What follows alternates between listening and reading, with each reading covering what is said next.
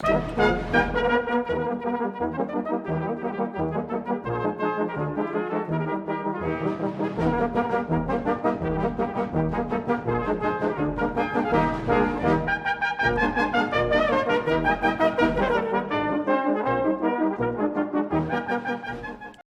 Good morning. That barely even rang.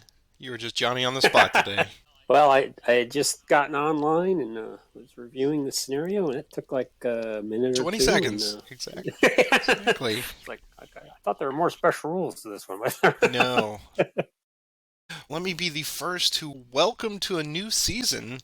We are moving on to a new title. And whenever we do that, it's a chance to refresh and retool and tell the audience a little bit about ourselves and all that good stuff. So this is our, fifth title? Sixth title now? I don't even know what season we're on anymore, uh, Roger. It's we well, we started with Stonewall Jackson's Way, then we went to All Green Alike, and then we went to Stonewall in the Valley, and then we went to On Road to Richmond, and then we did Hood Strikes North. So this is our sixth It title. is. Okay, so season six officially, and we started at about this time last year. We were in On to Richmond. We were just getting ready to do that, and we went through that the first part of the year, and then we spent the remainder of the year with the brand spanking new at the time Hood Strikes North. Boy, what a fun time we had! I mean that was worth it and more. And it is now time to turn the clock back to get us into the timeline. Yeah, we kind of And jumped into the our variation of the Kelvin timeline, I guess. 1862A.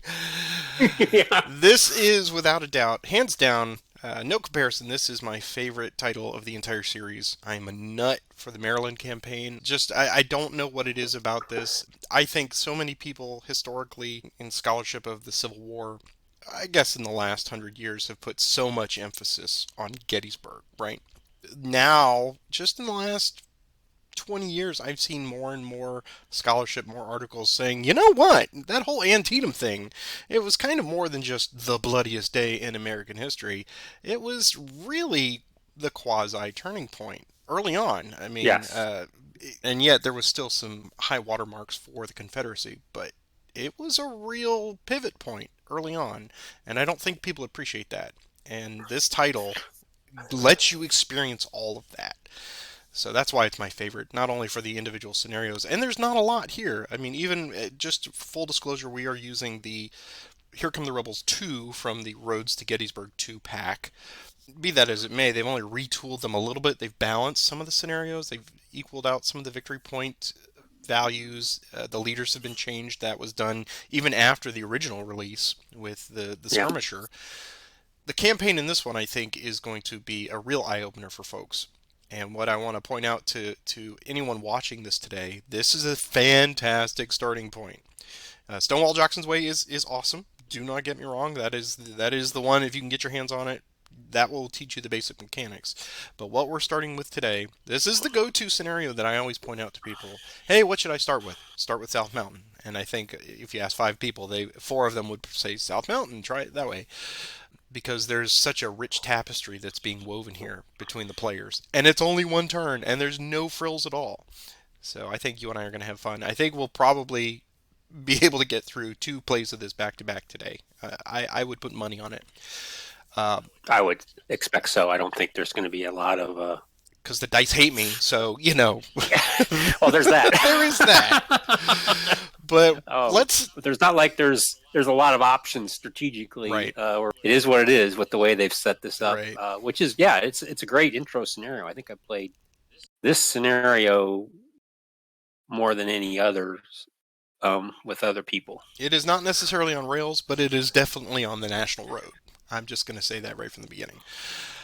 Yeah. So let's do what we always do, and I will turn the spotlight over to you. And if we have any new viewers, welcome to the channel. If this is your first one that YouTube has suggested to you through your searches or through your recent subscription, this is a perfect jumping on point. So I'm going to let Roger tell you a little bit about himself, and then I will do the same, and we'll just dive right into the scenario information for this, or all 20 seconds of it, and then we will get playing. So take it away, Roger. I've said, I think every time we do this, I say I'm not much of a gamer, but I'm playing a lot more now than before you and I got together, obviously. And but in terms of my background, I grew up on a small farm in Iowa. Did not We had board games, Monopoly, but we didn't play a lot. And my dad though did teach me chess when I was very young. I can't remember not knowing how to play chess, and that is a war game, certainly a game. I was into history even as a young kid. In a five and dime store, which people don't know what that is. About, I think Dollar General, but nickels and dimes. They had a game section, and they had Africa Core, a classic Avalon Hill game. And why they had it, I have no idea. But I was intrigued. I asked my mom if I could have it for Christmas, and she bought it for me. And I'm the youngest of 7 kids, and I played my youngest older brother, who's 6 years older than me. We played that quite a bit. I didn't have a lot of strategy or tactics. I pretty much just got close and rolled dice and hope for the best. And then a couple years after that, I got Richthofen's War, another Avalon Hill. I think a lot of people consider a classic World War I era game. And either I was not foolish enough or not brave enough to take it into school and let people know that I had these games. So after my brother went to college, I just soloed those myself. And then I went to college. I played some chess, but I didn't really do any gaming at all. And as time passes, I graduated, and as a bachelor down here in Knoxville, Tennessee, which is where I live now, where I went to school for my graduate degree, I went to a game store, and they had another classic game. I think from a lot of people think from Victory Games, the Civil War. And my interest in history had focused on the Civil War at that point. And so, well, this looks interesting. So I bought it, took it home, and I sort of set that up. And as a bachelor, would play that. And then after I got married, my wife and I kind of got into a yearly vacation ritual, going to the beach. I'd take that with me to set up and play, and kind of that was part of my enjoyment. And one year I forgot it. We were down around Charleston, South Carolina, and I went to a game store to see, well, what do they have? And my introduction to this series was the original Roads to Gettysburg. This was interesting, so I bought that, set that up, struggled with the rules, and but enjoyed it, and that became my go-to game to go on vacation. And then a couple of years after that, my wife bought me Stonewall Jackson's Way, the original. So I'd alternate, take one, take or the other. Again, time passes. We got situations where we just weren't able to do that anymore, so that they went on the shelf. And I didn't open them up. The house we had just wasn't geared for any sort of setting up a game and leaving it on a table. And now I had to say a couple of years ago, I used to say, no, just last month. A couple of years ago, watching YouTube videos, sure, a Civil War thing, and saw your tutorial on how to play great campaigns was in the recommended viewing. I said, oh, I got that game. And I watched it and watched them all. And now we live in a house where we have a formal dining room, which I think we've eaten at twice maybe in the 10 years we've been here. And so I set up Stonewall Jackson's Way and played that, and set up Roads to Gettysburg, played that. Got, I think, Here Come the Rebels, the original, on the used market, and found Board Game Geek, Consim World, the Roads to the Great Campaigns Facebook group, and then Ken Lee organized a group game just before COVID. I think it was just before COVID, not after. And that's where I thought Vassal was just a play by email thing. I didn't know you could actually do what we're doing, actually almost like you're sitting at a table and play with it. And my wife was like, you should see if someone will show you how to use Vassal. So I put a request in the Facebook group, and you responded, and I was just thrilled. And we got together, and here we are. Here we are. 6 titles later. And my game shelf has grown from 3 games now to a shelf, and I'm looking at it, a shelf and a quarter. And when my wife goes, you're not getting another game, are you? I show her these pictures from Facebook and say, okay, I am not insane. Right. These people are insane. There is a threshold. I'm fine. As long as we do not cross the threshold, we are fine. We are well mannered. But I do have a problem with being a completist, so I have bought all. I am the same. Why are you? So that's why I kind of hesitate to jump into another gaming system. Absolutely. But, really enjoyed this. Just great for me. This series is. I do approach it less as a game and more as the experience of how are the people who are having to make these decisions and dealing with. And the dice obviously abstract a lot, but just the frustration or jubilation of things going right or things going wrong. And for those of you who watch The Hood Strikes North, or you should watch our campaign game, I was sweating it out in Nashville, rolling for those reinforcements. I was like George Thomas, looking down the river. Where are they? They're not here. Um, Steamboats are coming. that's what I like about this series, and I think as a game, it's fun too. But for me, it's the immersion into history that I really get the enjoyment out of. So anyway, I'll stop talking now. No, no, that is. It's funny. I know your background, but I get a little tidbit out of it each time, and it just makes me smile because when you approached, you said absolutely nothing about. Oh, I've been playing these solo on the table. You came in with a stronger wargaming skill set than you let on, so I feel like I was duped a little bit. Well, when you're playing yourself, you don't know whether you're good or That's bad. true. I mean, my wife would walk into the dining room and go, "Who's winning?" I go, I "I am." am. That's right. It's a good day. But there is that, doing a one game scenario, playing it solo is enjoyable. When you start getting into the multi game, and I tried to do the campaign games by myself, and that really isn't. And I don't mean that it's bad. It's just you can't fool yourself. Exactly. You can't have a long term plan and say, I'm going to turn left at Frederick instead of right. I mean, I'm not quite that schizophrenic. There are voices in my head, but they do talk to each other. But anyway, this has just been great, and I've enjoyed every minute of it, every session we've done, and I'm glad we figured out that we can do a longer Yeah, scenario yeah. I think. because we skipped those in the beginning. Oops. And people have called for us to go back and redo those, and Oh, really? we Okay. mayhap. Now that we've got a Okay. system and we know that there's an, a desire for it and a dedicated audience to watch it. Sure, if you want to consume it, I think we can easily probably go back and do that. I'm always looking for new content, so that is definitely on the radar. But thank you, Roger, Okay. for that, and just to kind of wheedle my way through my own personal bio. No big surprises there. Much of it is similar to Roger. He and I are not too dissimilar in age, and I cut my teeth early on with the sort of the neighborhood kids with all the basic fundamentals of war games that we would consider mass market games at this point. Risk, things like that.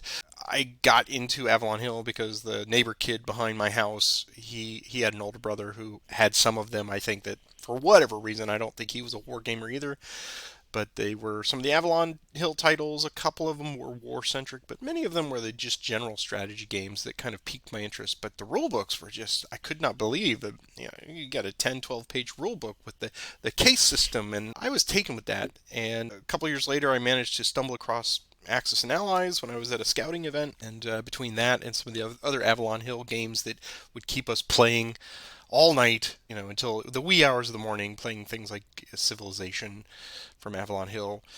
That sort of fostered my interest, and I was starting to buy more and more games, and I had a dedicated gaming group through scouting, which was awesome. And of course, it only happened 3 or 4 times a year, but these were my close friends, and we would play some heavy duty games. We had some raucous games of Junta, which is a war game. It's a social diplomacy esque game, but it is a war game to be sure.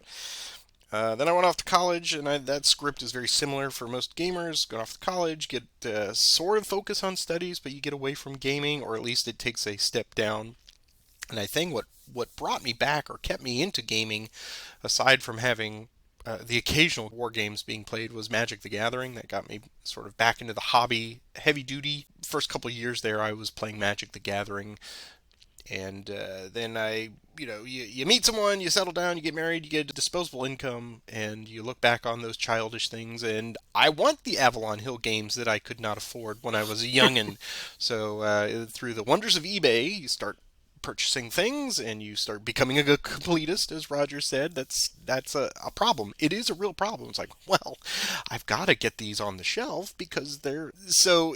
The gaming part becomes almost a backseat because you want to acquire and learn the rule set, and reading rules becomes less of a chore and more of an interest. And that certainly happened. And with great campaigns, it was just a love of Civil War things. I had played a variety of different Civil War games, but I could never figure out if I wanted to play the grand strategic things like the card-driven games like For the People, which was sort of my real intro to the strategic sphere, all the way down to things like Terrible Swiss Sword. I just knew that being pragmatic, I was never going to get that to the table, and I did not want to play it solo. I think Roger and I are similar in that you actually do solo gaming. I can't even pull the trigger on it because I know what I'm going to do, and even playing optimally is not fun for me playing both sides. So I need the human interaction. And lo and behold, I found out that the operations level is a thing. It's all about logistics. It ties in very similar to what I do for a living as far as networking and geographic things. I'm in geographic information systems as a career. I've been doing that for many, many years. And so maps, the Charlie Kibler maps were like gorgeous.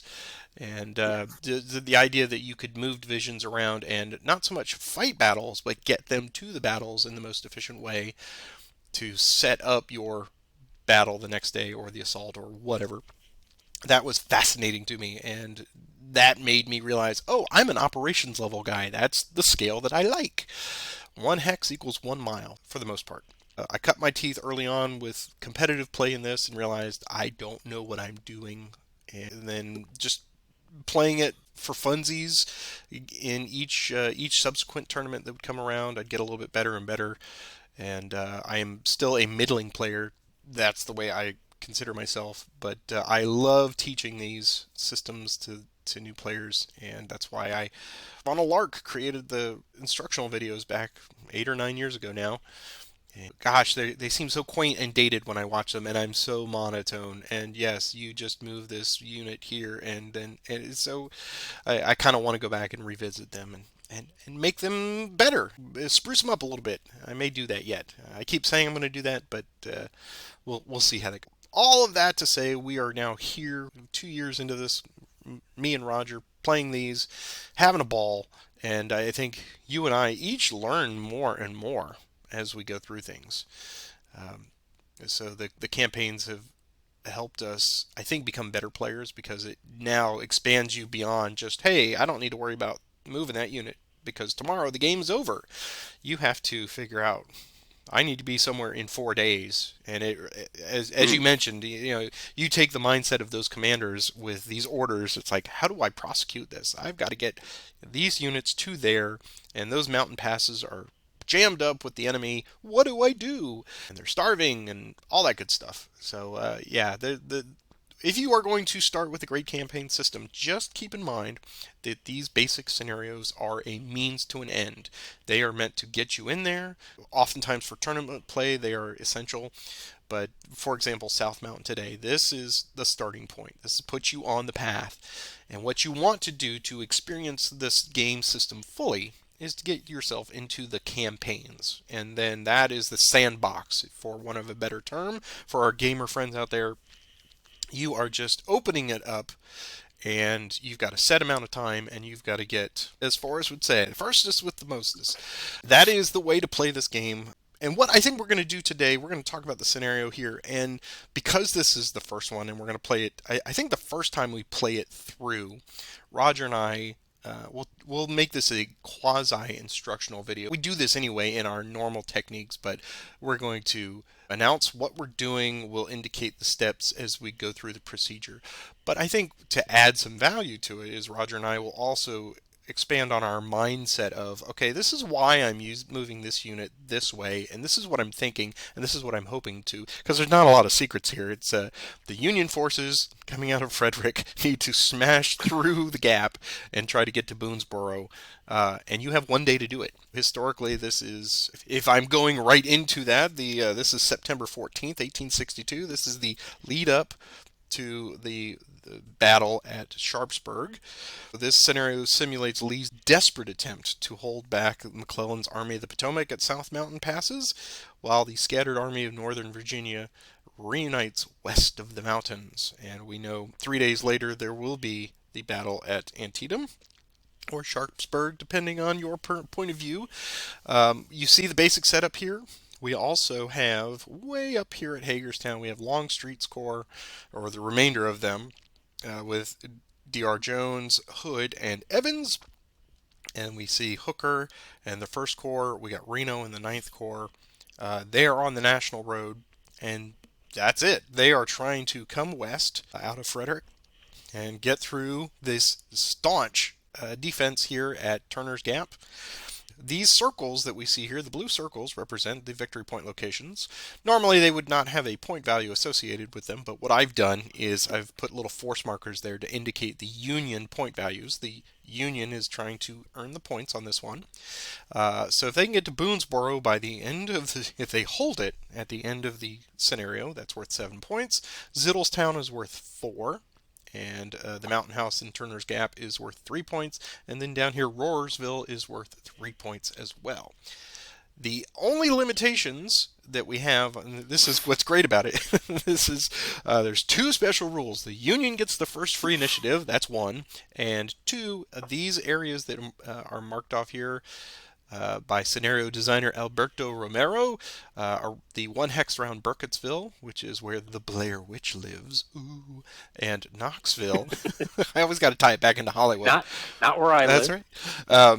Different Knoxville. Oh, yes, different Knoxville, right. And that is also blocked, so there's no southern approach for the Union flanking attempts. They have to go either straight through the gap or, more often than not, Reno and Hooker are going to kind of go up north towards Hamburg Pass, maybe make a play on the flank. It really just depends on dice rolls and the counter actions by the Confederate player. So much of this game is move, counter move, and reaction to your actions. Thoughts on this before we get underway, sir? I'll just something I really like about this series in terms of when you buy a game is they include the game as history, not just design notes, but the game as history, which I always enjoy reading.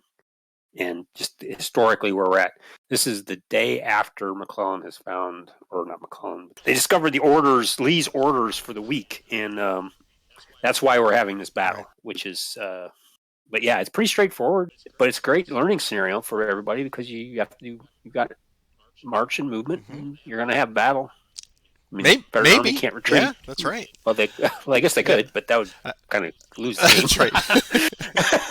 Yeah, the Confederate forces are not dug in, but we will talk about. Yeah, we don't have entrenchment. No entrenching in 1862, but they are in the mountain passes, which gives them an inherent defensive capability. What we're going to see on this one, and this is, I don't want to relate it too much to the other series because that will tie it to what we've just done with Hood Strikes North. But coming back to 1862, this is the no frills Civil War. This is, we're a year into it, and there's no entrenching at all on the march, that keeps it very simple.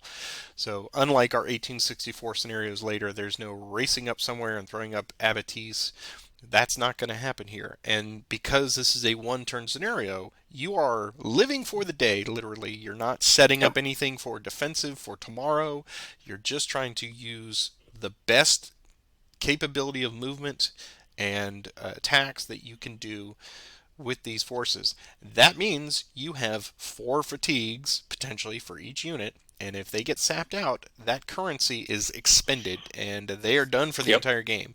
So there's a subtle nuance to this that you have to, for learning the system, you have to train your brain to go, okay, I can attack, but should I attack?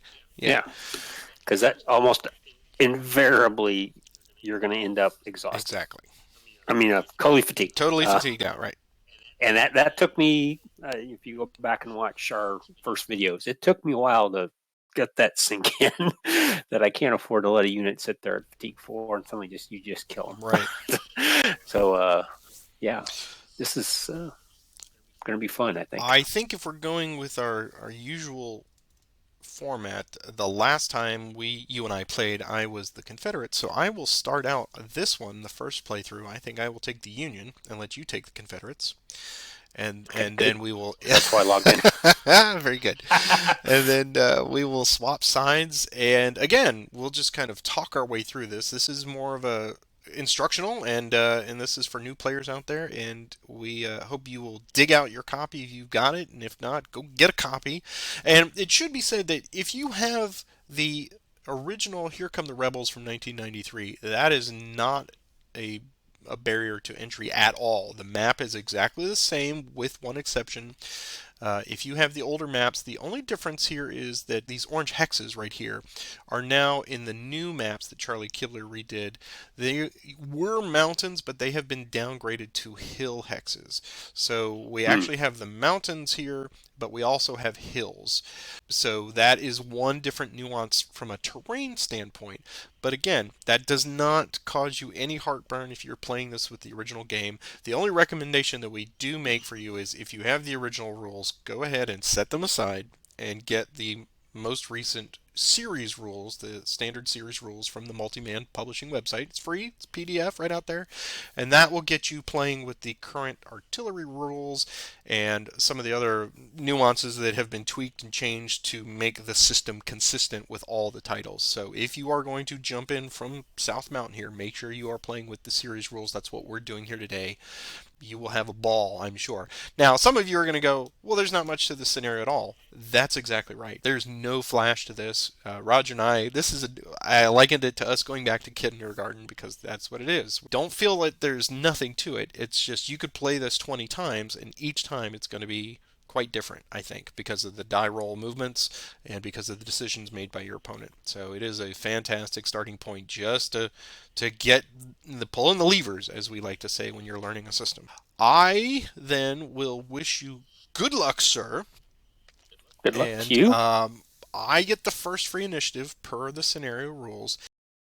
Can we do leader transfers We here? can do leader transfer, yes. There is no restriction to it. So before we actually start, the Union would do any leader transfers. And this is a good time to, if Reno was too far out of range of Cox, I might want to move him up within 3.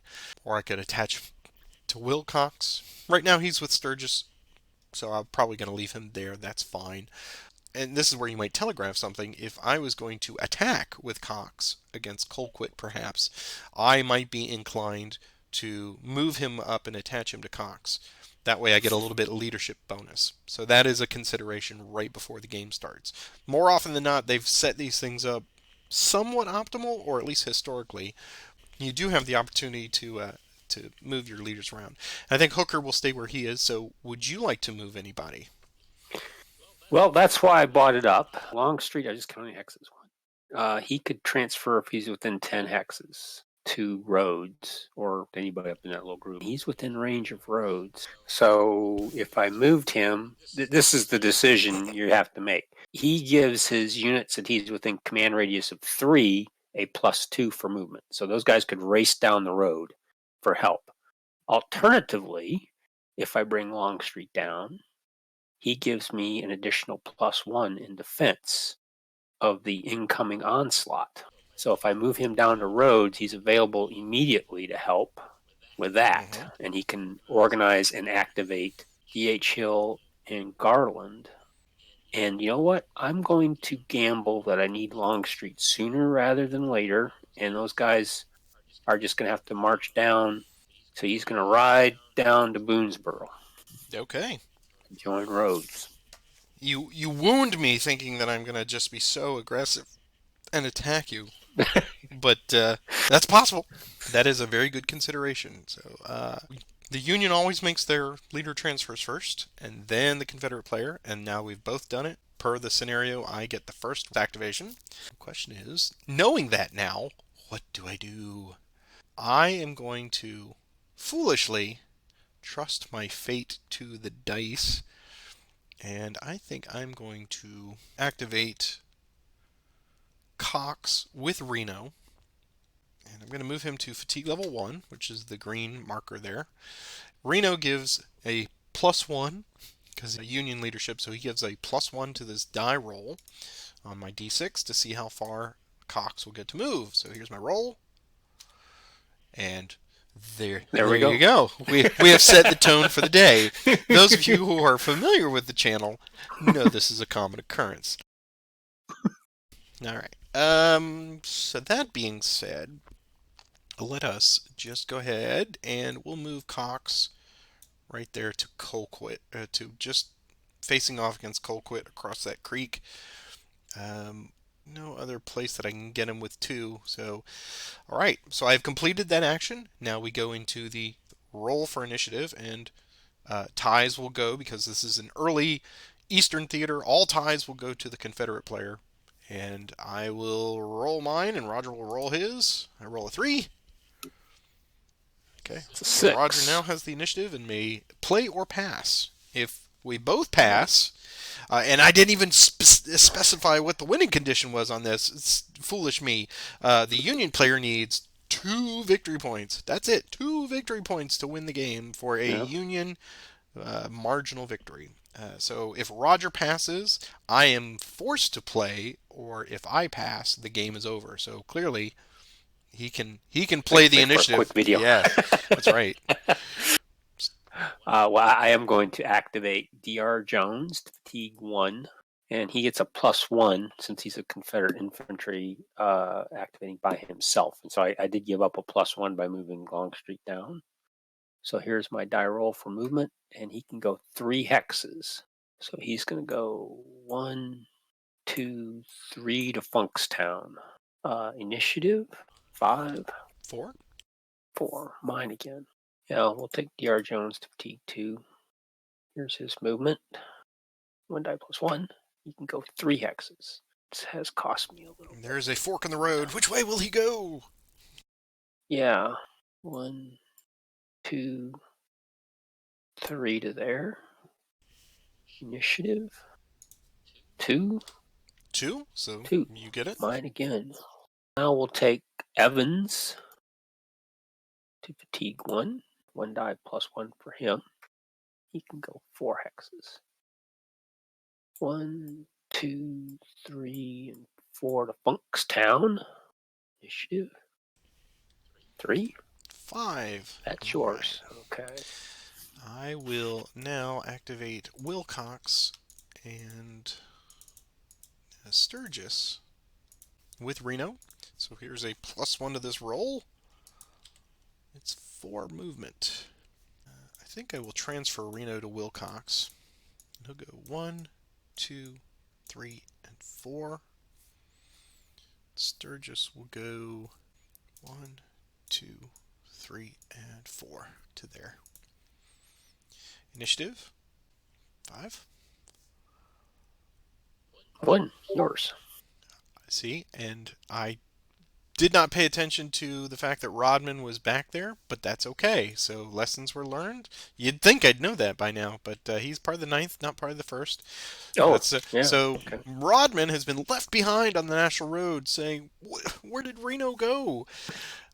So I am going to march him by himself very inefficiently, and he gets a movement of just straight die roll. He gets 4 though. He can play catch up. 1, 2, 3, and 4. All right. Still outside of Reno's range, unfortunately. Here's initiative 1. 3. That's mine. Okay, we'll activate Evans to fatigue 2. Here's his movement. Die +1. He can go 7 hexes. Woo. So he'll go 1, 2, 3, 4, 5, 6, and 7 to there. He'll stop there, of course. Unit 4, 5. All 5. right. I am presented with my first big command dilemma. Evans has taken another pass up there, which was a very nice avenue to Boonesboro. So Reno has to decide whether he's going to. He's got 3 choices here. He can go after Evans. He can try to shoot the gap there to Washington Monument in between, hopefully getting a decent roll.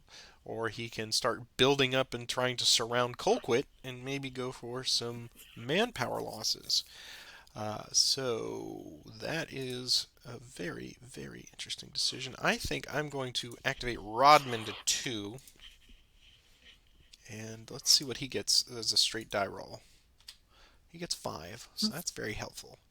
He's going to go 1, 2, 3, 4, and 5 to there. Now, normally the cavalry has the opportunity to do a cavalry retreat, but there's some mitigating factors here. One, I have no movement points left, so Rodman's not able to make an attack. So I do not think Roger is going to do a retreat. Plus, he is defending a mountain pass, and he is not. He's got a good defensive position there. So, Roger, would you like to do a cavalry retreat? He's going to, the 5th Virginia will stand for the Yes, moment. he will. So that is the extent of Rodman's movement. I will now roll my initiative. 4. 2, yours again. Okay, let's have Reno activate Sturgis and Wilcox. And they will get a +1 to this move. 7. Wow. Very nice. So I think Okay. I'm going to move Reno to Sturgis. Wilcox will go 1, 2. You know what? Let's belay that. Let's have Reno stay with him. 2, 3, 4, 5 to there. Sturgis will go 1, 2, 3, 4, and 5 to there. My goal here is twofold. I want to set up a flank attack on Colquitt, announcing that. Roger, you probably figured that out. Uh, I did. and Sturgis is guarding Reno's Wilcox's northern flank so that Evans can't come through and cause problems up there. Nor can somebody shoot the gap through 3209 to cause problems on Reno. So hopefully that's got me in a good position to make an assault attempt here. But much depends on the initiative roll, which is a 2. Oh, And a 1. all right. You got I it. do have it. Question now is, I guess I need to make the attempt.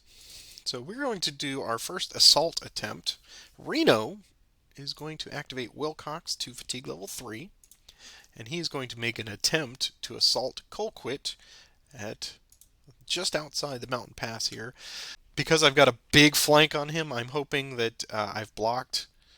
Well, I didn't really block his line of retreat because he's got a way out with Garland, but potentially that could cause some retreat issues because he's not moving farther away. Otherwise, I've got him trapped. So I'm hoping I can score some easy manpower losses here for victory points because in this game we're back to 1862, so it is a +1 for Confederate losses and a -1 for Union losses. But as everything, it depends on the assault roll. So Reno must make an attempt with his command ability of 6 to assault Colquitt. So on anything but a 6, it will proceed. It proceeds with gusto. So here are the factors. Here's all the die roll modifiers that we are going to look at. I'm going to get a fresh sheet of paper here. I have a +1 for assault. I have a +1 for tactical capability of 3 versus 2. I have all 6 hexes covered, but 2 of them are going to come out because they're covered by friendlies.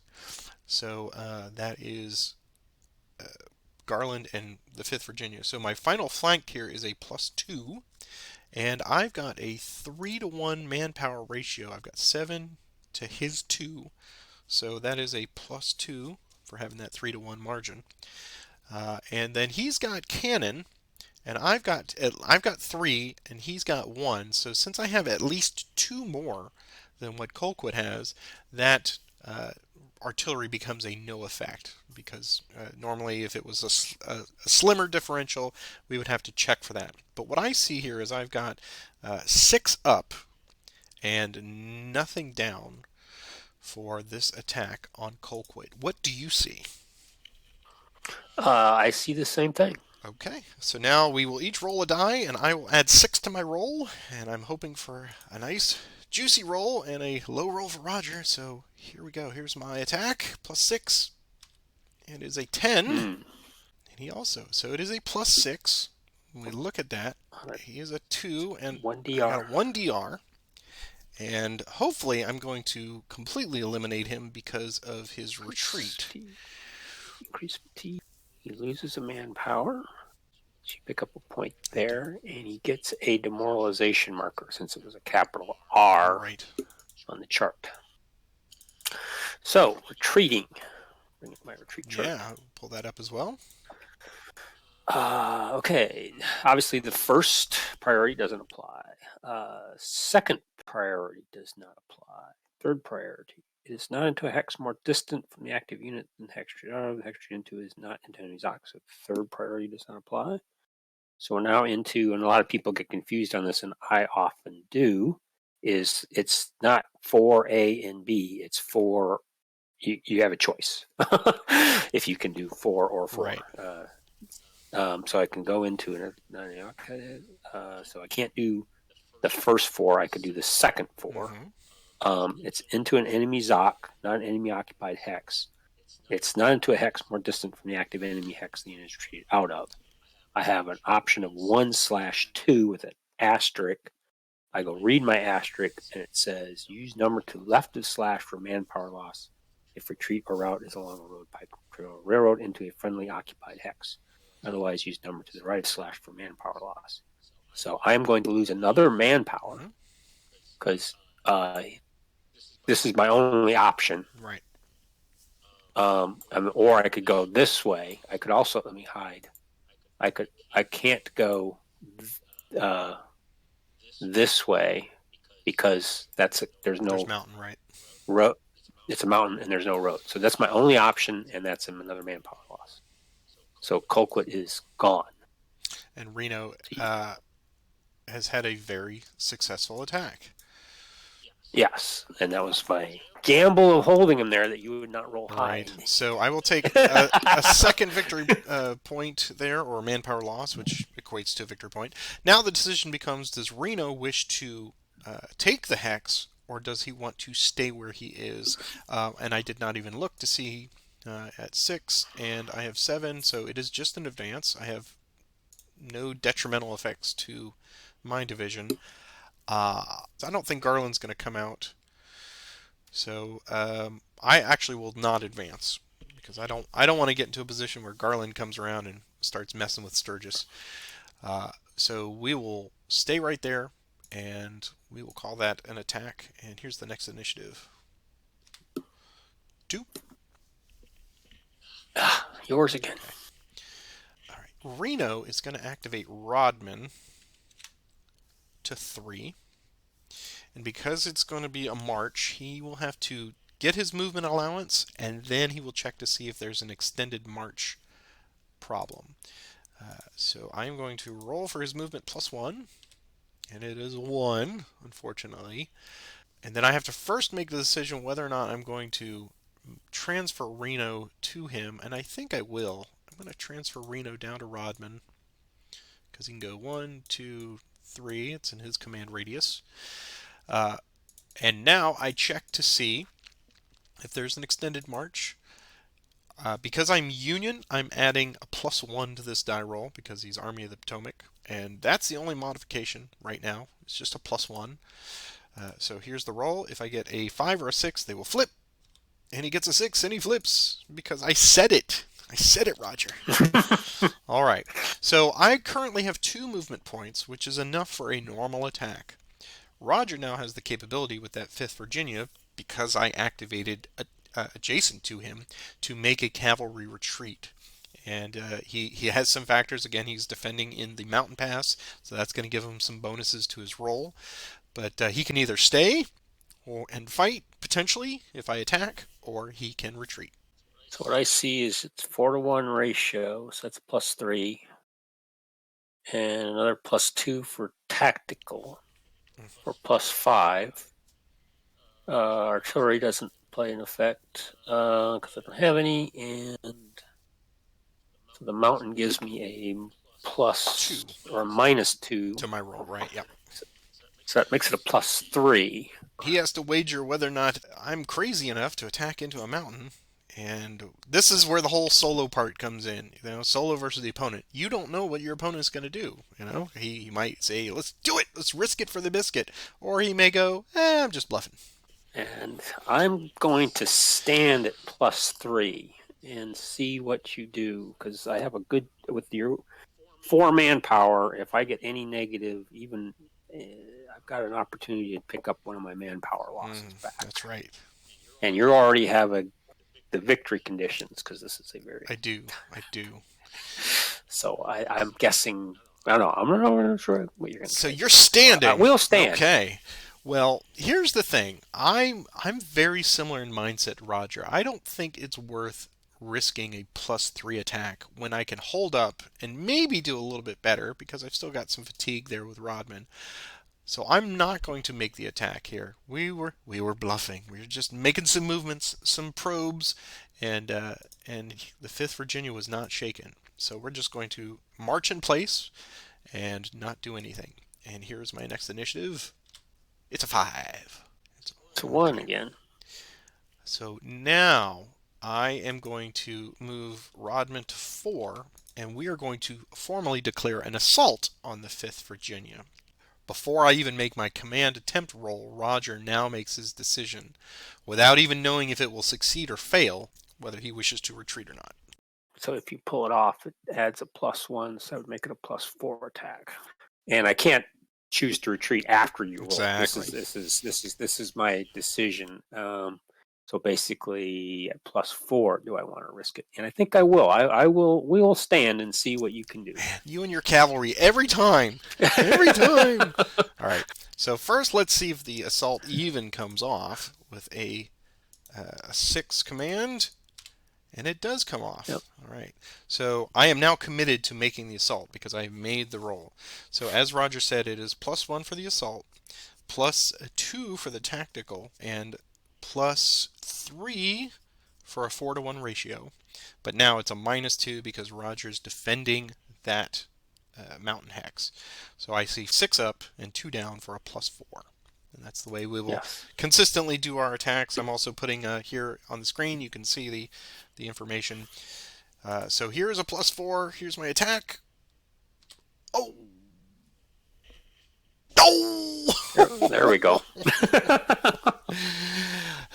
The meek shall inherit the earth. All right. So it is a -1 to me. See, every time. So it is a -1. I'm a 4. So I have given a manpower loss back to Roger. Let's see. The impact on me is a fatigue or 2 fatigues. 2 fatigues. He picks up the fatigue. He picks up the fatigue. 2 fatigues. So for those of you watching, this may be your first time. Hopefully you're now taking some mental notes, doing some calculus there, saying, okay, now that seemed like a really good attack. And it was. It wasn't bad. It's a +4. It had every reason to succeed, but that is the chance of war, where this little scrappy 5th Virginia Cavalry unit dug in to this mountain road, managed to hold off a tired division under Reno. That's the narrative that we're spinning here. Here's my next initiative. 1. 3. Yeah. Okay. Longstreet's going to activate roads, and he's going to activate DH Hill. Here's their movement. They can go 8 hexes. Now I have to decide where I want Longstreet to go. I'm going to transfer Longstreet to DH Hill, and they're going to go first. And they're going to go 1, 2 to there. Rhodes is going to go 1, 2, 3 to there. Initiative. I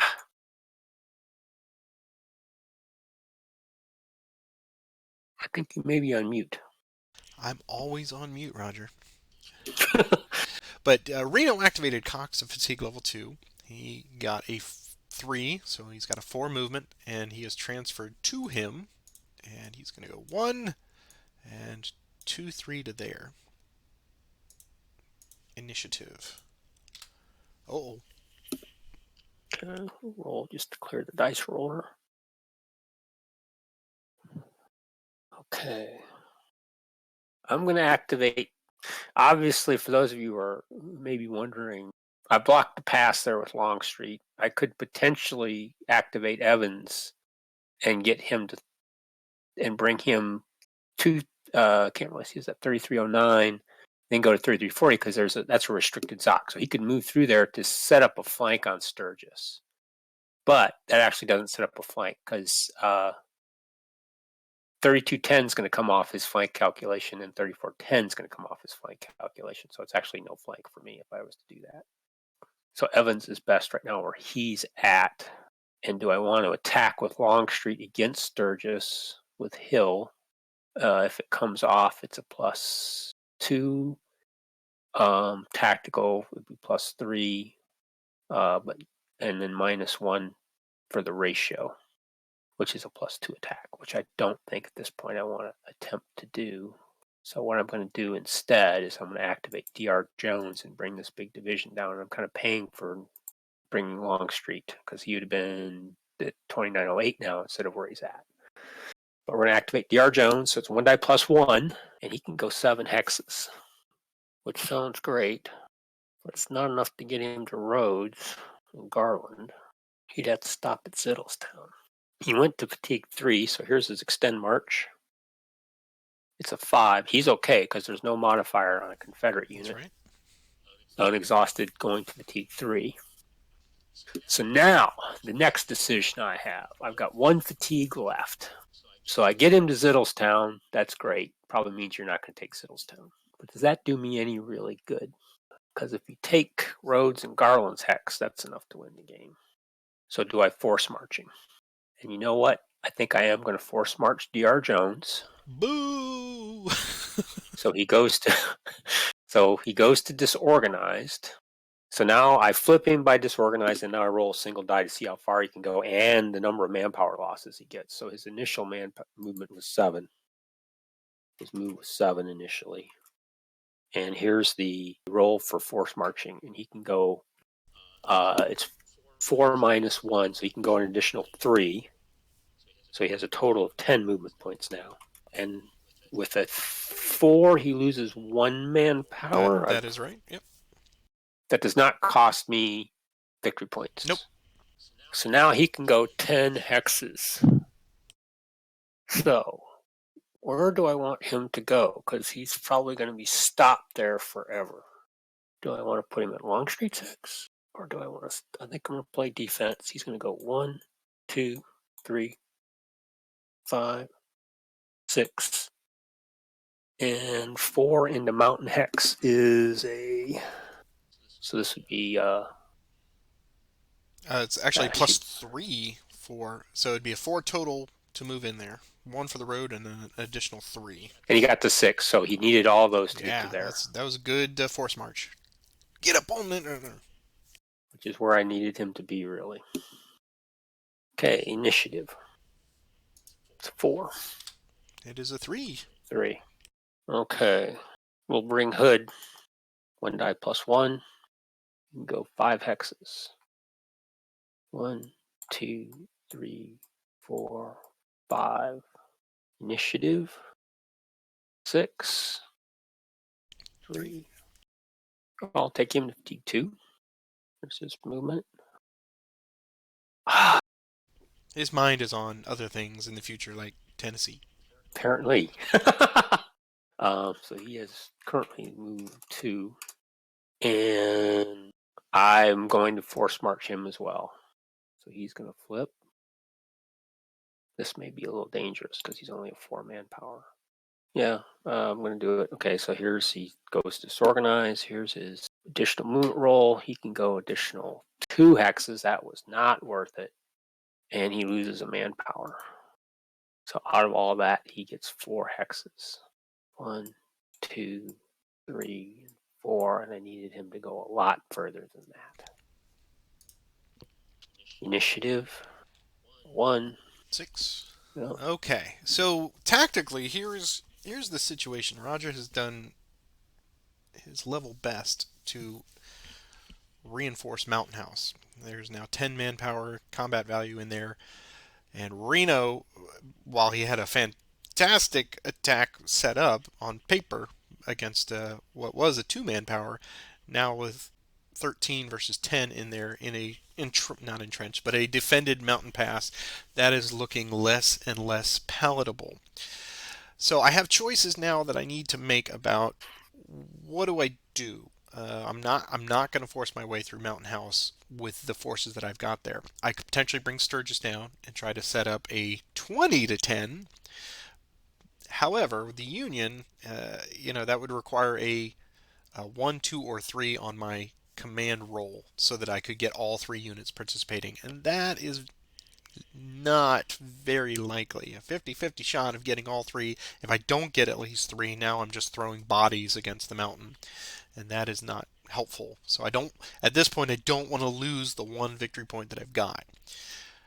Now, I've got something going in my favor. I've got the first corps under Hooker, so I got a Meade, Hatch, and Ricketts, and I can start bringing them into play, and much depends on their ability to march here. So I'm going to activate all 3 of them with Hooker, and they're going to get a movement of +1, and the dice gods do not smile favorably upon me, so this could be one of the nails in the coffin here. If I can't get the first corps up into some position to I could either go all the way north, try to take Evans. I could come down and maybe go to the 5th Virginia, see if I can force a manpower loss there, or I can help support Reno in the center and try to make this massive attack through the center. But none of those are guaranteed in any way, shape, or form with this game. So here's my next initiative. 2. 2. Mine. What I'm contemplating is, do I do anything? I've only got just not many fatigues left across the board. And Hooker's way back there. Rodman's not a threat. He still has the 8th Illinois Cav, but I don't think he's going to try to do anything exciting with them. Is there anything I should do? And I don't think at this point I have anything I should try to do other than to see what Hooker can do. Because I have right now a thanks to the 5th Virginia. Great job, guys. 2 thumbs up. Heroes of the day. I'm going to pass. And let's see what Hooker That is does. certainly a viable strategy when you are winning on points. So Hooker is going to activate the first corps yet again, and here's their movement +1. I'm so happy we were recording these because I want people to see that I am mush. To some extent, I do kind of gamble on Put them in the bathroom. When it comes to movement, our ability to roll 1s on movement is pretty amazing. And 6s on extend die rolls. This is unbelievable. Well, no, it's totally believable. Okay, here's the next it is at this point. Initiative. We played you for 2 years. I know. It just gets better and better. Here's the roll. Okay, I got a 5. And I guess 3. Okay. Obviously, that's yours. Well, the sun is dimming. I had it, Marcus. I had it in my hands. All right. Hooker will take them all to 3. They're all going to need extended marches. That's going to go about as well as you can expect. Here's their movement +1. Hey, now we want to move. That's 7. 7. 1, 2, 3, 4, 5, 6. Okay. First, we will move Hooker and Meade. Meade's extended march +1. He passes. All right. So he's going to go 1, 2, 3, 4, 5, 6. With a remainder of 1. What would the 5th Virginia like to do? So that would be a hasty attack. At 9-1. And +8, +2. Well, I think there's a point where discretion being the better part of valor, I'm going to pull back. So he increases his fatigue. And he disorganizes. Here's his cav retreat roll. Anything but a 1 is all I'm looking for. That was a good roll. Now he has to retreat 4 to 6 hexes. And he has to retreat not into his Ox, so Fox Gap. Getting further away to there, that's 2. I believe he could go... It's got to be further away. That's the highest priority.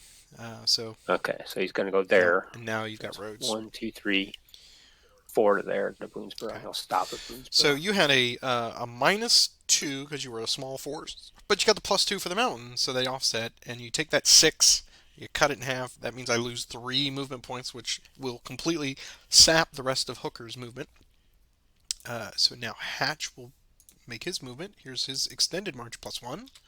He's going to flip, of course. And they will go 1, 2, 3, 4, 5, and 6 to there. And then Ricketts, also extended march. He's okay. We go 1, 2, 3, 4, 5, and 6. It doesn't really matter because whatever I do with him, he is on his last fatigue after this, so he's not likely to be much help. So I'm actually going to back him 5, 6, and 7 to their initiative. 4. Mine. We will bring Hood to fatigue 3. He's still outside Longstreet's radius, so this whole moving Longstreet down there hasn't made any help at all. So here's his movement. He can go 3 hexes. Here's his extend march. He's okay. 1, 2, 3 to there. Initiative. A 1. A 6. Oh, there's the 1/6 split. Alright, well, it does not make a lot of sense to... This is where you have to kind of spread out your currency a little bit. So we're going to activate Meade with Hooker to 4. He's going to get a movement of 4. Unfortunate. I need a little bit better than that. And now he's going to do an extended march, and it's going to be +2 because he's going to fatigue level 4. That's a +1, and he's not exhausted.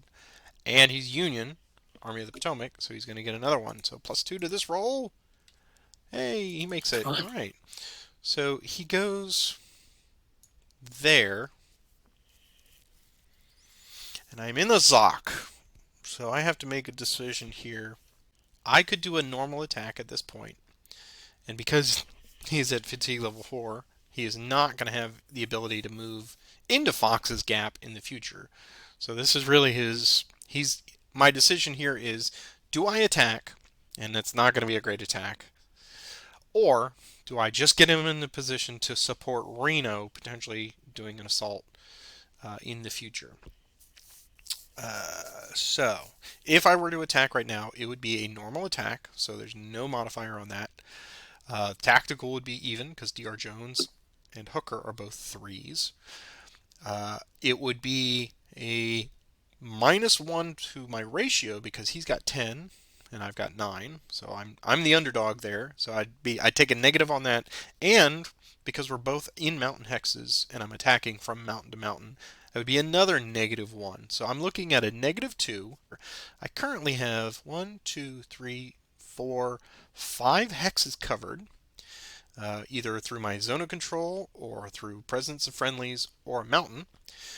So that would give me a +2 final flank, except I have the final flank of +2, but then both of them would come off. 3210 would come off because there's no road between Reno and 3210. Once again, it's about the hex side. Because there's a mountain in between the two hexes with no road, then that's going to come off. So it would be a -2 attack, and that's really horrible for Hooker. So I'm glad I did not make that decision.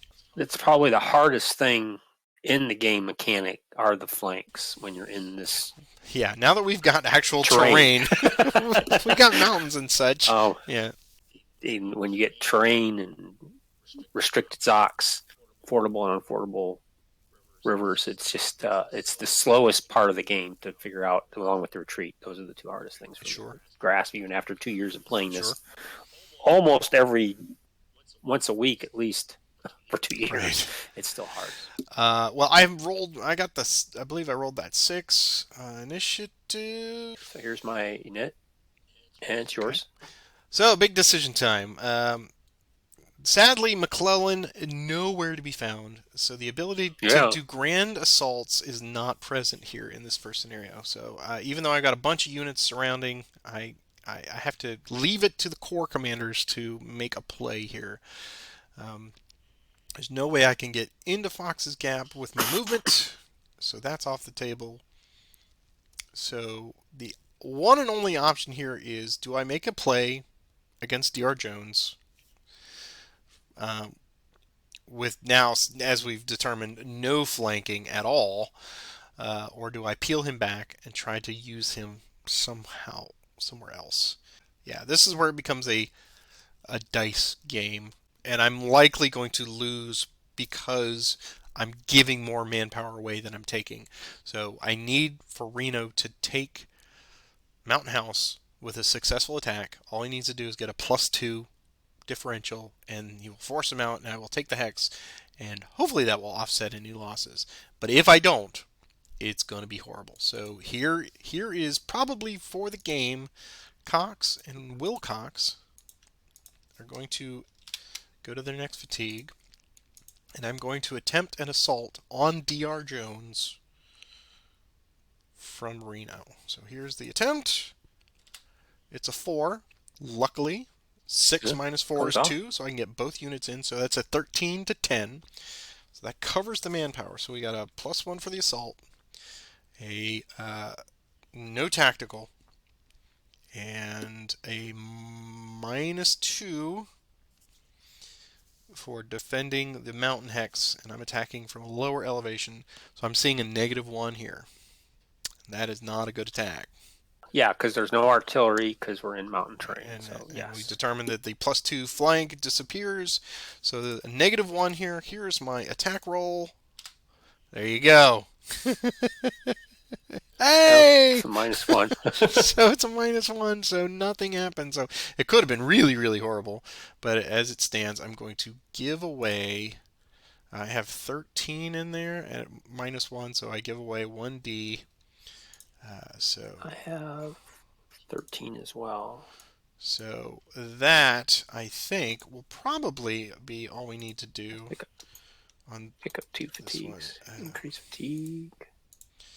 Because I don't have enough Maybe. moving pieces to force a punch through. And then I would take the loss from, let's see, we'll take it from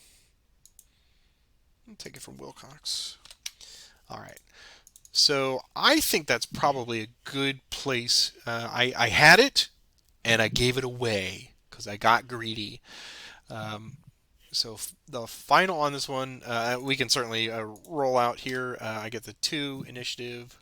Oh, okay. Okay, so One. I got it. Um, I could make a desperation attack with Sturgis against Longstreet or Evans here. That's not likely to succeed because he is defending mountain passes. Again, that +2 is huge in these small battles, and I just don't have enough with flanking or overwhelming odds to make the difference. So I will pass, I will pass as and that well. will end the turn and thus end the game here.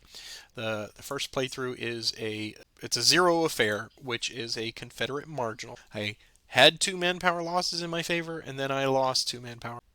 So what do we think? What are our thoughts before we take a break and switch sides?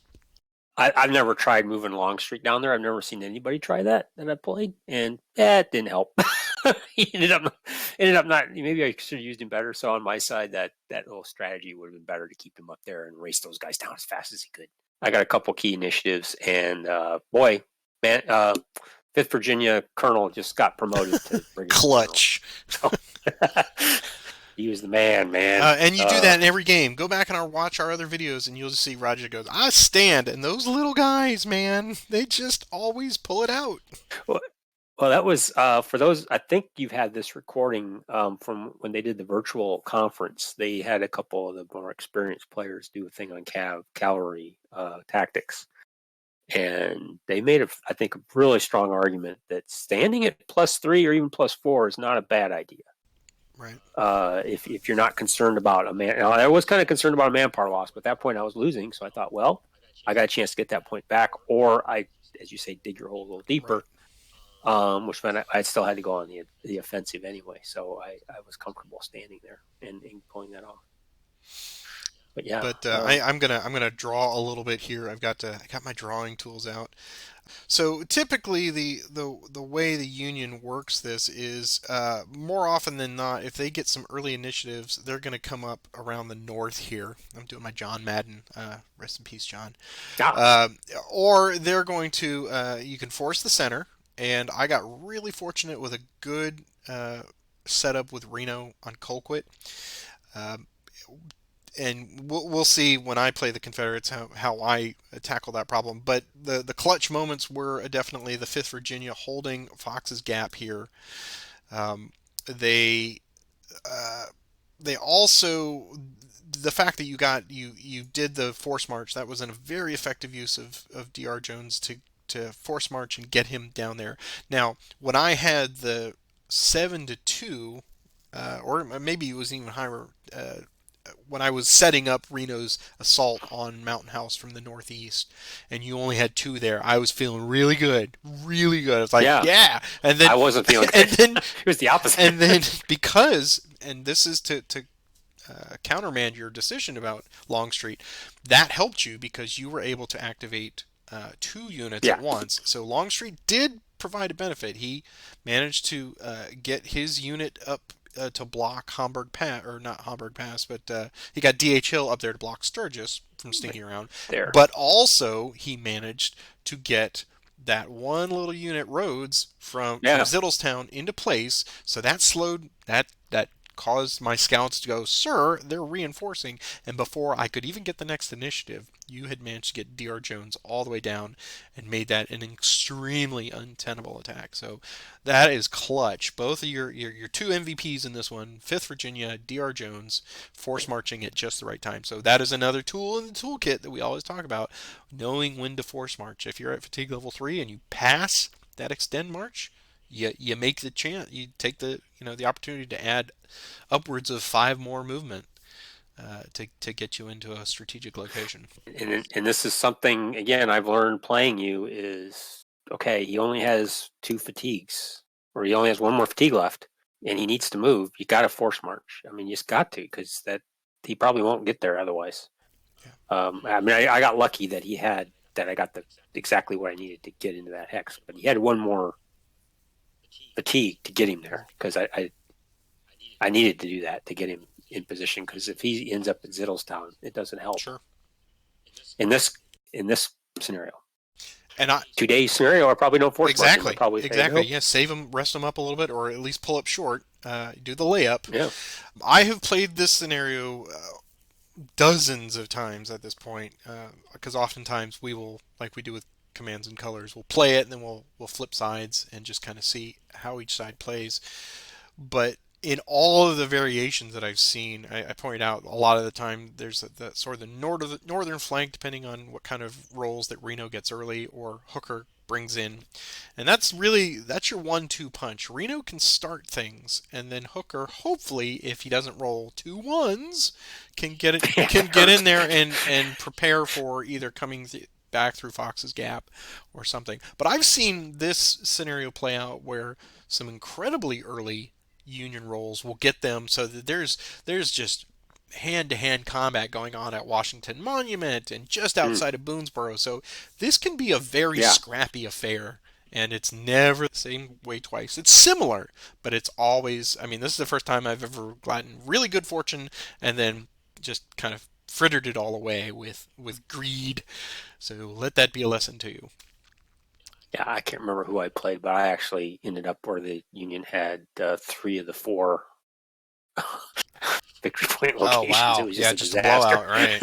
because yeah, he just got he just swung up through Hamburg Pass and he got Yep. behind. He got to Boonesboro and I just didn't get in nets Right. and he Longstreet ended up way up. He just barely came into play at all. It was just such a disaster. Mm. Well, good. Let's not the disaster, but that was a great playthrough. Sorry for your blowout. It was It was good. good. It was a You're glad. humbling learning. No. So let's put a pin in this one. We'll take a little 5 minute break, and Excellent. Roger and I will come back, and I will reset this for our second playthrough, and we'll see how different it is. We'll be right back. And we are back with the second playthrough. How different will this timeline be? The 1862 be? Yes, indeed. Okay. So now Roger's going to be taking the erstwhile Hooker and Reno, and I will be taking Longstreet up there. So as we did last time, opportunity for the Union to do any leader transfers that they'd like, and I will do likewise. Reno will stay where he is, and Hooker will stay where he is. So It's none on my part. it's almost as if they planned it that way, you know. Yeah. But that option is always good, unless this scenario specifically says that you can't. It's always good to at least assess that maybe you know better. I am not going to do what Roger did. I'm going to keep Longstreet up there. That's historically he was trying to move his forces down from Hagerstown to reinforce, so I'm going to utilize his extra movement capability by keeping him up there. So with that, we give the first initiative to Roger. Take it away, and good luck to you. Good luck to you.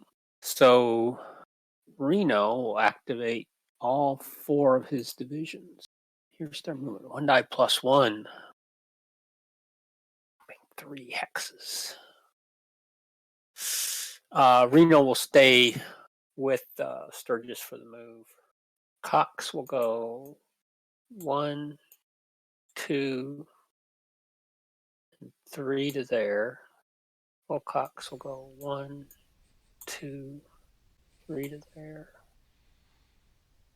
Burgess and Reno will go 1, 2, 3, and Rodman will go 1, 2, 3.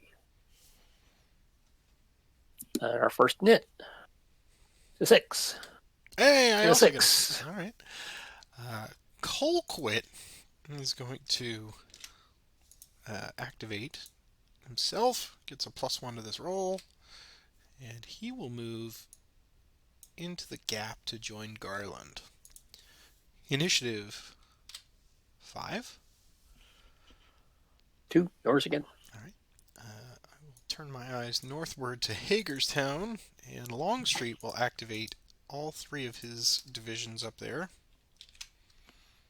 To fatigue level 1, I want to get them down into some usable position down here, so hoping this +2 will help. And it does not. I mean, it does, but I've rolled 1s all day, so... Yeah.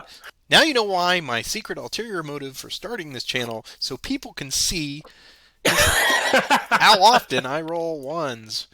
2 and 3. We'll move 1, 2, and 3, and then because he is a small manpower, 1, 2, he can just jump right on top of him there. So initiative 2. And a 1. Yeah, Yours again. all right. Let's try that again. Let's get all 3 of them moving.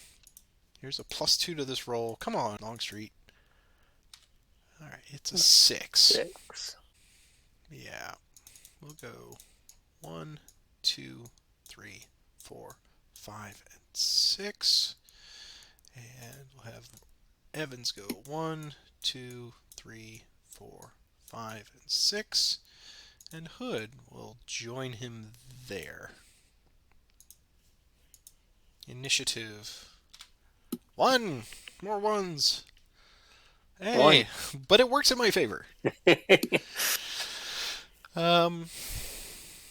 Longstreet will activate Rhodes to 1.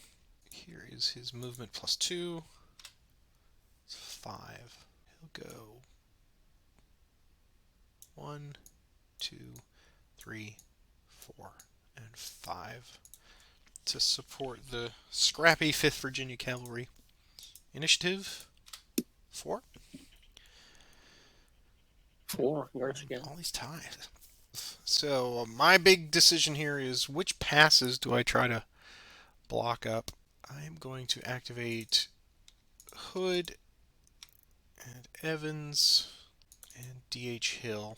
So them and them all get a fatigue. Hood and Evans will need an extended march, so that could be problematic. But here's their movement +2. That's another 1, but that's okay, because I'm in a position where I want to be. So Longstreet's going to transfer to D.H. Hill. we'll move Evans first. Evans' extended march, he's okay. And he will come to there. And Mm-hmm. Hood's extended march, he will come to there. And D.H. Hill will go 1, 2 to there. Okay. So now I've got Longstreet in a position where he's got a good command radius over everybody in range. Mm-hmm. That's command and control, very important. Initiative 5. 2. Okay. Now You're falling into my trap. he's got me right where he wants me. I am going to pass because I don't want to fritter away any more fatigues. And I Yeah, got then you're everybody set in up place. nice. Yeah. So now I have to just leave it to Roger to try to beat his head against the wall here. So pass. Yeah, so much for a little bit of a plan I had. So, Reno will activate Sturgis, Wilcox, and Rodman, all to fatigue 2. And here's their movement roll +1. So they can go 5 hexes. Reno and Sturgis will go first. So they're going to go 1, 2 to there. And I Wilcox, do have the option for cav retreat, but you do. we will stand there. Sure. Wilcox is going to go 1, 2, 3. What would the cav like to do? We will continue to stand. Yep, sure. Why not? Rodman has 5 movement. He does not have enough to get into the hex with Sturgis and Wilcox. So I'm going to force march Rodman. So he currently has a movement point of 5. So he goes to disorganization, and here's his force march roll. Is a 2, which means he gets an additional 2. I think it's a min 2. It's a min right? 2. That's right. Yeah, and he'll just lose 1. And he uses a manpower. But that's enough. You can go 1, 2, 3, 4, 5, and 6. Okay, initiative 5, 2. 2. So there's a build up in the gap. Okay, so you've blocked pretty effectively everything to the north. I think this boils down to almost no tactics. Hooker will activate his division or corps. Everybody to fatigue 1. Here's their movement 5. Oh, sure, he 1, marches for you. 2, 3, 4, 5. Hatch follows along behind. Ricketts follows along behind. Here's the knit. A 5. 1. And a 1. I think the first thing to try here is to see if I can clear roads in the 5th Virginia. So Reno, Sturgis, Wilcox, and Rodman will all go to fatigue 3. Here's the attempt. Reno, you loser. His Six field glasses had smudges, and he just thought there were way more people up there. Yeah, so it does not come off. 6 is an automatic not coming off. The net is a 2.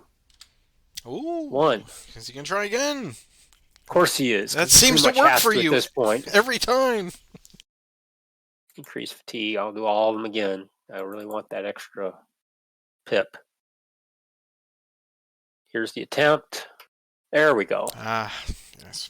Their orders were smudged. That's right. Okay, so this is, I've got 14. This could be bad because I've kind of jumped my numbers a little higher than I'd like.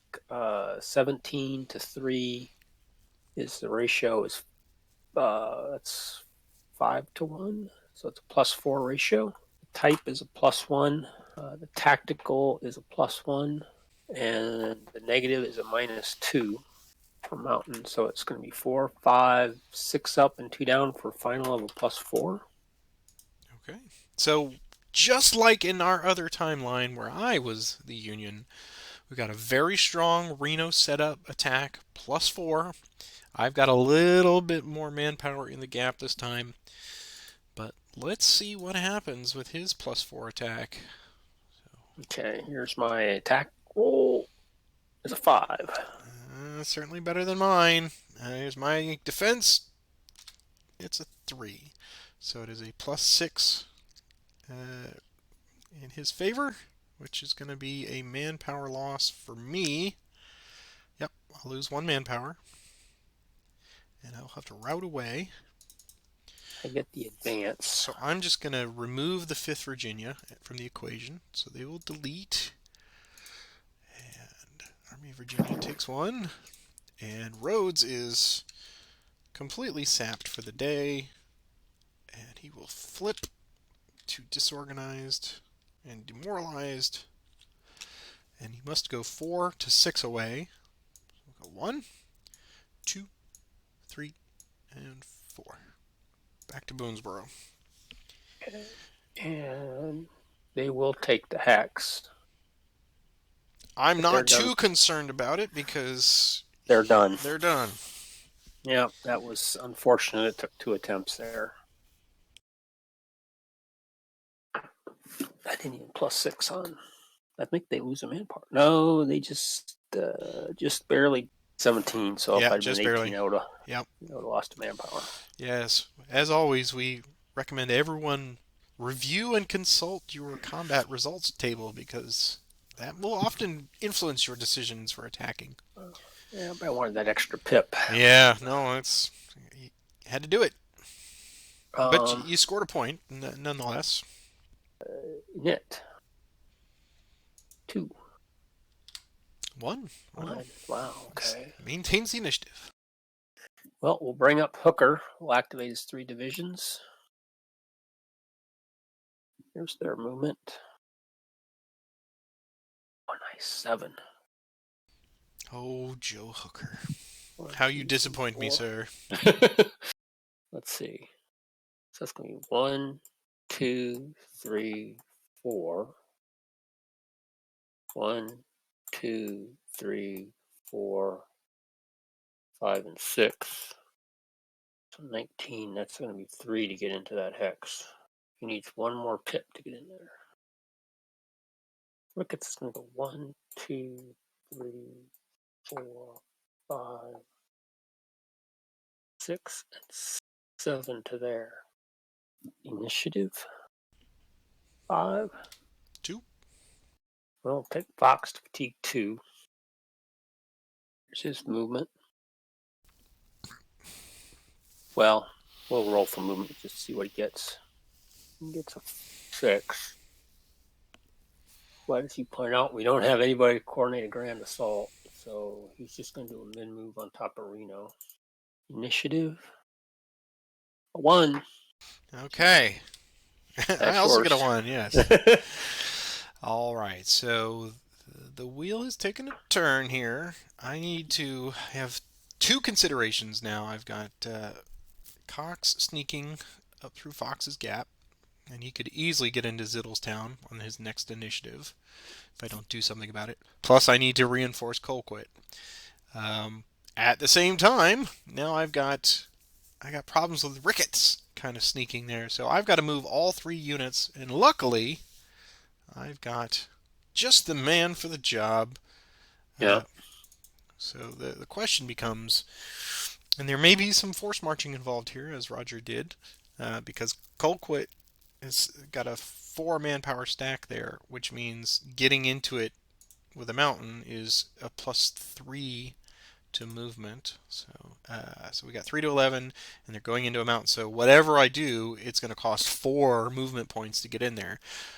So somebody's going to probably have to, unless I get a really juicy roll.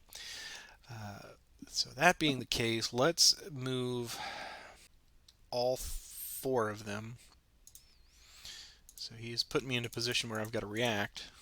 So I'm going to activate all 4 units. Hood and Evans will be going to 4. But live for the day, right?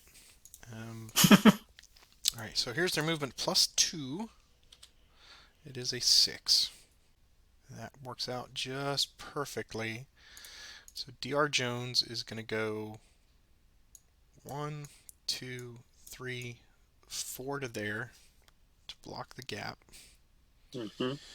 And Longstreet's going to go 1, 2, and then an additional 4 to there. Mm-hmm. And then Evans, his extended march of +1 is a flip. So he's going to flip to 1. I guess the better thing is to 1, 2, control that. Yeah, I didn't really want to do that, but I gotta make it inviting for you, right? Then Hood's extend, he is okay, so he'll go 1, 2, 3 to there. Try to preemptively block that gap. Control, keep him in a box. You're gonna hear that many, many times. All right, so initiative. And did I roll? I did not roll extended march for Dr. Jones. That was a miss on my part. So let us do the extended march for Dr. Jones. He's a 2, so he is okay. All right, that is all initiative 1. Yeah. Too late. As you said, Hooker is the blunt hammer at this point. Okay. So Hood and Evans are done. There are 5. So the 8th Illinois can't set up a flank on them because he's too small. You have to be 25%. 5-1 is not 25% of 5. And Ricketts is a 9, so I can't get the ratio either. Dang it. This is going to boil down to one big assault, isn't it? So you've got the 2-1 if Hooker just comes in now. Yep. Presuming he gets both in, yeah. Yep. But you're covered either way if one drops out. Yep. That seems to be the only play that I see. I don't see anything else to. We cast our lot to the die. We see what so the Hooker's fates. Yeah. taking Hatch and Meade to fatigue 2. Well, let's see. Yeah, let's try to increase the odds. We'll take Rick if he can do this without losing a man flipping. So we'll take Ricketts to fatigue 3 because I can't set up a flank because we talked about many times there. So he's just going to do a min move. So I'll just do the extended march on him, and that's enough for him to flip. So that was kind of pointless because now he's too small to add my pip. Well, you No, got wait, 25. No, he does. You have 25. Yeah, he does. Yeah. Okay. So yeah, he'll do a min move to there. Yeah. Oh, there we go. There's the one. So it's There's mine. So yes, I will let the fates do what the fates do. I will say pass and leave it to Roger. okay. Hooker will attempt to assault with all 3 of his guys. Nice thing is there's no extended marching with assaults. Here's the attempt. It's a 2 minus 6 is a 4, so they all 3 come in. So I have 19, I have 24 manpower to your 8. So that's a plus 3-1, so it's a +2 ratio. Mm-hmm. The type is a +1. And now we start doing the negatives. Tactical is a -1 because a Longstreet is a 4 and I'm a 3. And you're a mountain, so that's another -2. So we have 3 up and 3 down for a final of a 0. An end of an inning. Maybe. Yeah. Well, you'll have still. This will probably end it one there. So here's my attack die. It's a 3. Oh, this could go middling. either way. Could go either way. So here's mine. If I roll a 1, Roger takes it. And if it's anything less, and we know I can roll 1s. Here we go. Here's defense. Hey! -2. -2. So I think that's going to end it. -2 on 25. It's a 3D. 3D. So yeah. Yeah. That. There you go. So 2, 3, and they're done for the day. And I think this is probably going to turn this into a. It is a It's currently substantive or decisive. Well, let's see. It is -2. So it's substantive Confederate victory. Yeah, it's on these small scenarios. Oh yeah, it's right. Okay, well then let's talk about this. So now we have each one as the Confederates. So I know what you're saying at home. Wait a minute, Patrick. This is just completely skewed for the Confederacy. Yes and no. I mean, you've seen the moving parts on both sides now, and to be sure, it is a tough nut for the Union player, but he has a couple more units that he can work, and there's certainly bigger units. But anytime you are assaulting into mountains, that is always going to be a factor. And you can see what I did. I pulled Colquitt back, so I immediately saved a couple manpower losses there. In case the Union did get, as soon as I get that first initiative, I pulled him back into a defensive Yeah. position. And then bringing the units down, I got fortunate on the first one was crappy. Second one I think was also crappy, and then third one, or no, second one I did get some movement, so I managed to get all the units down into blocking the northern approaches. So I was pleased about that. And then having the flexibility there with Longstreet to activate any of them in command radius to shuttle them back in, on those interior lines to get them to reinforce. Should you get a breakthrough in Fox's Gap, or should I need to reinforce Turner's, which is what I actually did. So yeah, Reno got a good attack, but he just didn't have enough gas in the tank to proceed on because he fatigued out, and it was Yeah. his last one anyway. But what are your thoughts? Yeah. I mean, I know people go, well, this played out, but I mean, if I had gotten that first attack off and I lost it, then I would have had a fatigue left, and the initiative I used to attack the second time would have gone into me moving Reno into where DR Jones is. Exactly. Yep. And now you have a problem I do. because I have two roads out of that to go to victory point locations. And if I had gotten another in it before you had DR Jones in there, I would have moved Cox in there, and then again you kind of have the same kind of problem. There's multiple victory point locations you can go for. And if this last attack had gone the other way, if I'd gotten the 5 and you'd gotten the 3, Yep. I take Mountain House. Yeah. That would have been. I mean, I would have lost 2 more manpower. You'd have lost 1, but I get the victory point location. Yep. And Yep. now you have to, and now you don't have any. Right. I'm not inclined to pass anymore, and I don't have anything to counterattack with. Yeah, more or less. Yeah. So yeah, this is it's balanced. It's just it just the way the units broke for both of us and the attacks broke for both of us just made the Union a Union defeat. But my plan was to swing north, and you just blocked everything. I was like, yeah. Well, and to be fair, for those of you circling back to the whole, well, it's skewed. It's not necessarily skewed, but it is because it's a one-turn scenario. Like all one-turn intro scenarios, it is a dicey affair, literally, figuratively. I mean, it all comes down to Hooker. When I had Hooker, he didn't want to move for me, so I squandered 2 activations just trying to get him up the National Road, and he was not in a position to do anything like Roger did very effectively. He managed to get a major assault off, but Longstreet was there and he was protecting the space, and there's just nothing you can do about that, right? Yeah. So keep that in mind when you're playing the one-turn scenarios. That again, it's going to be different every time you play because the dice are going to break sometimes in your favor. They're not going to break the other times. But all you can do is try to mitigate, try to move things into a position where, okay, if I don't get the next initiative, is that going to be the worst thing ever? Maybe, maybe not. But this was great to just come back. This is meat and potatoes. This is the basics again, and I'm glad we could share this with you to start with. Hopefully this will pique your interest a little bit, and that you will continue to follow us along as we move through. And what's nice about the new one, the new version of Here Come the Rebels, is we have a brand spanking new scenario, which is a play on the scenario 3. Scenario 3 is the evergreen McClellan's opportunity that is used time and again for good tournament play because it is well balanced. It's a 3-turn affair. But now they've added a new scenario which is a riff on that called 3 Cigars, and it adds a random event table. Ooh, so that could be a lot of fun. It really is. Every time I've played it, it's something to really make you think about what it is that you're doing for each of you. And I've never played that at all. Oh, you're going to enjoy it.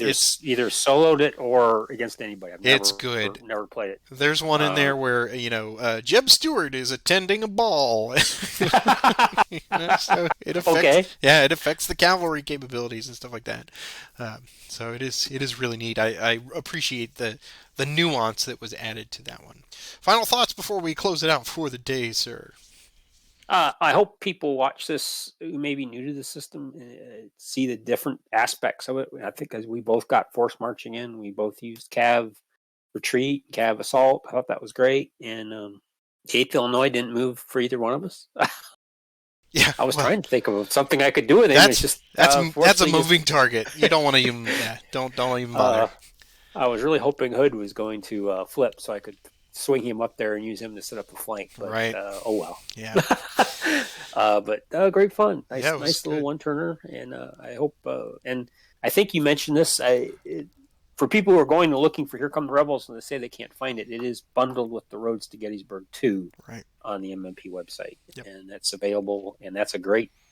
I know it looks expensive, but it's a great bargain because there's 3 campaigns: Yep. Gettysburg, Antietam, and Early's assault on Washington. So you have everything that happened in Maryland, basically. And if you are like me, you're trying to find a bargain, you can certainly get copies of the original on the aftermarket for Yes. the $30 to $40 range. It's Yeah. not bad. What you That's what I could did. do Yeah. if you're interested is if you go and look in the Vassal module like we're doing here, you can see the hexes on the map that have been converted to hill, and you could just on your physical copy go in there and put a little H on each of the little mountain Mm-hmm. hexes, and that way you know it's actually a hill hex, and that is the only difference. And again, use the series rules to help guide your way through as you're learning to play. And just remember, folks, this is not a hard system. It's complex, meaning that there are a lot of moving parts and things that you need to calculate, but it is simple math, and most of it becomes second nature as you start to experience it more and more. And we really, this is this is our love letter to you, but it's an open invitation to come join the Great Campaign system. I will even put a link to our Discord server that we've got for our community down here in the YouTube comments. Feel free to look on that. You'll find some people that want to play. And if you ever have any questions, that is what the comments section is for. And if you could take a moment to click the like and subscribe, that is my first time in this new season. Like, subscribe, and notification bell, all those good things. And if you want to contribute monetarily, that is certainly appreciated, but not a factor.